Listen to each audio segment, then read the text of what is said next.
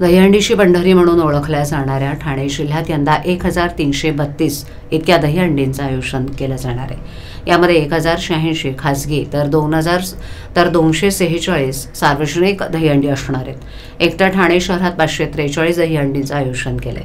त्यापाठोपाठ कल्याण, उल्हासनगर, भिवंडी या शहरातील चौक तसंच मुख्य मार्गांवर गृहसंकुलाच्या आवारात दहीहंडीचं आयोजन केलं जाणार आहे। त्यापैकी 30 दहीहंडी या मानाच्या असणार आहेत। तसंच जन्माष्टमी निमित्त कार्यक्रम आणि मिरवणुकीचं देखील आयोजन करण्यात आले।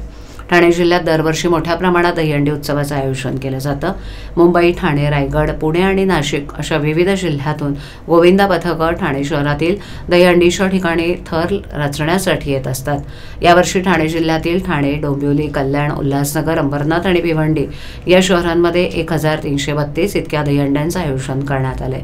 यात 1086 खासगी तर 246 सार्वजनिक दहीहंडी असणार आहेत। ठाणे शहरात टेंबीनाका मित्रमंडळ यांच्या वतीनं टेंबीनाका इथे तर आनंद चॅरिटेबल ट्रस्ट यांच्या वतीनं चिंतामणी चौक, मनसेच्या वतीनं भगवती मैदान, संकल्प प्रतिष्ठान यांच्या वतीनं रहेशाह गार्डन, संस्कृती प्रतिष्ठान यांच्या वतीनं वर्तकनगर इथे मोठ्या दहीहंडीचं आयोजन केलं जाणार आहे। गोविंदा पथकांना आकर्षित करण्यासाठी दहीहंडी आयोजकांकडून थरांचा विक्रम रचणाऱ्यांसाठी लाखोंच्या पारितोषिकांची घोषणा केली जाते। ठाणे पोलीस आयुक्तालयाकडून मिळालेल्या आकडेवारीनुसार ठाणे शहरात सर्वाधिक हंड्यांचं आयोजन केलं जाणार आहे। त्यानंतर कल्याण, उल्हासनगर, भिवंडी इथे दहीहंड्यांचं आयोजन असेल। गृहसंकुलातही गृहसंकुलाच्या पदाधिकाऱ्यांनी इमारतीच्या आवारात दहीहंडीचं आयोजन केलंय। दहीहंडी आधी मोठ्या भक्तिभावात साजऱ्या होणाऱ्या श्रीकृष्ण जन्माष्टमीसाठी ठाणे जिल्हा सज्ज झालाय।